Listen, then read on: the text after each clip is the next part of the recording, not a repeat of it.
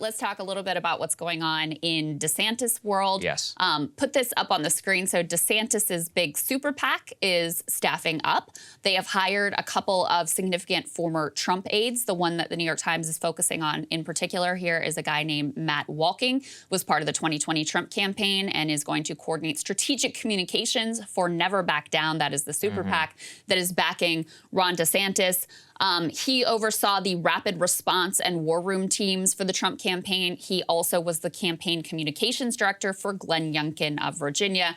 He put out some tweet after this became public saying basically like Trump was the president we needed 8 years ago. Now we need someone who actually is able to, I can't remember the words he used, but basically get I have it in things front done. of me. Yeah, He says Trump was the president we needed 8 years ago to make America great again. Our movement needs a disciplined leader who wins instead of loses, never backs down, fights smart, and puts the mission before him. On each count, Governor Ron DeSantis is the strongest choice. Matt is an interesting person. Dealt with him a little bit whenever he was part of the Trump campaign, and actually afterwards because he was the comms director for Glenn Youngkin and worked on the Glenn Youngkin campaign. The reason why I think it's interesting is that Matt is part of a contingent of guys who come from the Ted Cruz campaign, specifically Jeff Rowe. He was the political consultant who actually joined the pro-DeSantis Super PAC as well. Rowe was the architect of the Cruz 2016 campaign. And really, I mean, look, I know that Cruz lost, but at the end of the day, he did come in second in the GOP primary. Yeah. Not only that, but he built a significant data operation. He did win the state of Iowa. A lot of people do forget that. So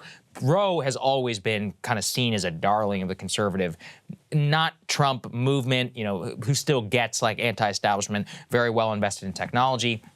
He was part of the Glenn Youngkin campaign. He was significantly worked on that. He also worked on a few failed Senate races, but by and large is stuck with the, you know, outside of Trump lane from his alliance with Ted Cruz. So the fact that he bringing on Wolking and other people that he put into the Trump campaign of 2020 are joining DeSantis, I actually see that as the most significant. It's not about Matt himself. It's about this Cruz kind of more establishment lane people who are still legitimate operators in their own right going to join this DeSantis super PAC. Trump world has been apparently sort of using against DeSantis the fact that you've got, you know, Ted Cruz people being staffed up here. Now, of course, this, again, it's not like this is entirely fair because Wolking also worked for Donald Trump in a high-level role. But, you know, they want to paint DeSantis, and I think with some justification, frankly, as being like throwback to Paul Ryan, Karl Rove, Ted Cruz, putting him outside of pushing him outside of the lane of being anything like anti-establishment. So that's what they're using this news for. There's another piece here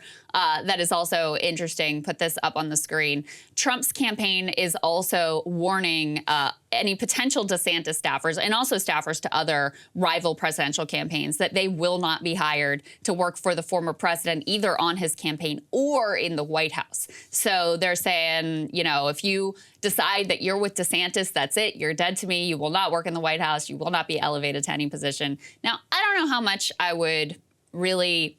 I don't know how much stock I would actually put in this because certainly Trump has feuded very loudly and publicly and aggressively with people before that he has then mended fences with and brought into an administration, et cetera. So I'm not sure I would see this as gospel, but clearly an attempt to use the power position that he's in right now to scare higher quality people off from joining any one of these campaigns. Oh, absolutely. One of his former comms people, Erin Perrine, also joined. She was one of the people who worked for the Trump campaign. I remember her well. Also, she's a long kind of person in the conservative world. She now is joining the same pro-DeSantis PAC. A lot of them have been coming out, trying messaging around DeSantis. Look, I mean, I just don't get it, you know, from a career perspective. It's one of those where going so early, sure, you know, the risk, you know, high risk, high reward. If it does work out, they certainly will be at the forefront from jumping off, but it's also a big risk, you know, to get on the wrong side of Trump. And my thing that I always come back to is even if he does, quote unquote, lose, he's not just going to go away. Like, he'll be the biggest spoiler of all time. Oh, he's even said that so many times. He's like, I would rather see Stacey Abrams win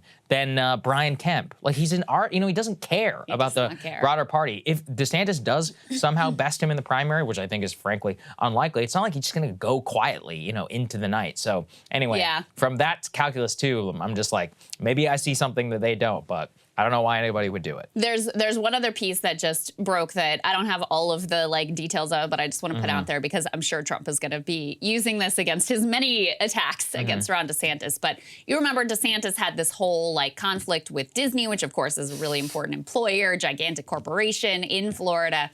And part of what he did is they have this special district. It's called the Reedy Creek District that basically just governs like Disney World in Florida. And previously it had been stocked with a bunch of pro-Disney cronies who just did whatever Disney wanted. So DeSantis decided to replace all those people with Republicans who were going to back what he wanted to do for the district. But apparently it just came out. Their sort of last act, the pro-Disney board before they left, was to get rid of all of their power and cede all of their power effectively to the Disney Corporation. So the new Republican board members have very little power that is left of them. Now they're trying to dispute it and try to take legal action, whatever. But it looks like, as typically happens in America, the gigantic corporation is actually having the last laugh here. Oh, of course they are. And also, if you think that the Trump campaign hasn't been already hammering him, they're like, Ron DeSantis can't even beat Disney in his home state. How is he supposed to have any sort of diplomatic wins? You know, I will say on the Trump campaign, they can be clownish in many ways, but they put out some policy documents recently attacking DeSantis on Ukraine. I got to hand it to them. They're pretty good. They're like, look, DeSantis, at the end of the day, he quotes, you know, former candidate John McCain. He is simply like a robot reciting talking points. He doesn't have any real grounding in foreign policy. President Trump is the only one who wants peace in the conflict. I'm reading this. I'm like, this is a serious document, like whether you like it or not. Same thing with the insurance attack, about the insurance scam. So they're hitting DeSantis in a way that he hasn't been hit before. It's not just, you know, what is it, Ron DeSanctimonious, Meatball Ron, or calling him a gay pedophile. Like, they're backing it up, too, with a case which we do know that GOP voters, by and large, are not going to be favorable towards this. Like, if his whole thing is, I'm a fighter, they're like, well, you can't even take on Disney. Like, you didn't even do it properly. And it's just total asymmetric warfare. Yeah. Because Ron can't respond nearly as, you know, aggressively. When he does try to, it gets held against him. It's like, how could you, during Donald Trump's time of need, go after him? And he's planning to wait till after the Florida legislative session, until June, before he gets officially into the race, which also limits him in terms of what he can say or do.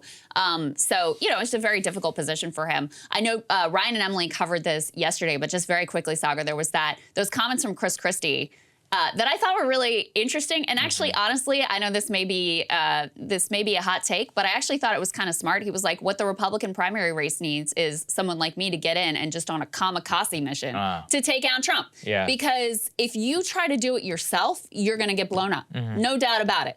If you have someone in there who is, their only mission is not to win, but just to try to take Trump down, I'm not going to say it's going to work, but it's at least a strategy. It's at least a real strategy. Maybe. I mean, I just think it would help Trump now at this point. You know, the more that the Republican establishment appears to be against him, and Christie has no real credibility with the GOP base that he once did in 2016. That's true. It's been a long time. But Christie is a talented political operator. Like, sure.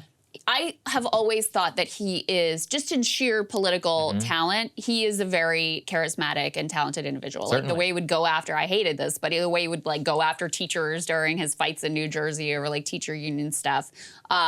So, and what he did to Marco Rubio, notably. Oh, famous, yeah. I mean, one of the best moments of all time. Absolutely. Yeah. So, anyway, I'm not saying that it would work or he could pull it off at this point, because, like you said, it's not like he has a lot of credibility with the base. But you do need some sort of strategy like that, because I just don't think that DeSantis is capable of taking Trump down and elevating himself at the same time. Yeah. Hey, guys, ready or not, 2024 is fully upon us now. And Saagar and I have been brainstorming ways that we can really up our game for this critical election. Yeah, we rely on our premium subs to expand our coverage, to add staff, to upgrade the studio. We just want to give you the best independent coverage of this election, which is possible. So if you can help us out, become a premium subscriber today, breakingpoints.com, or the link is down here in the description video. It really means the world to us. And if you like what we're all about, this is the best possible way to keep us 100% independent, working only for you.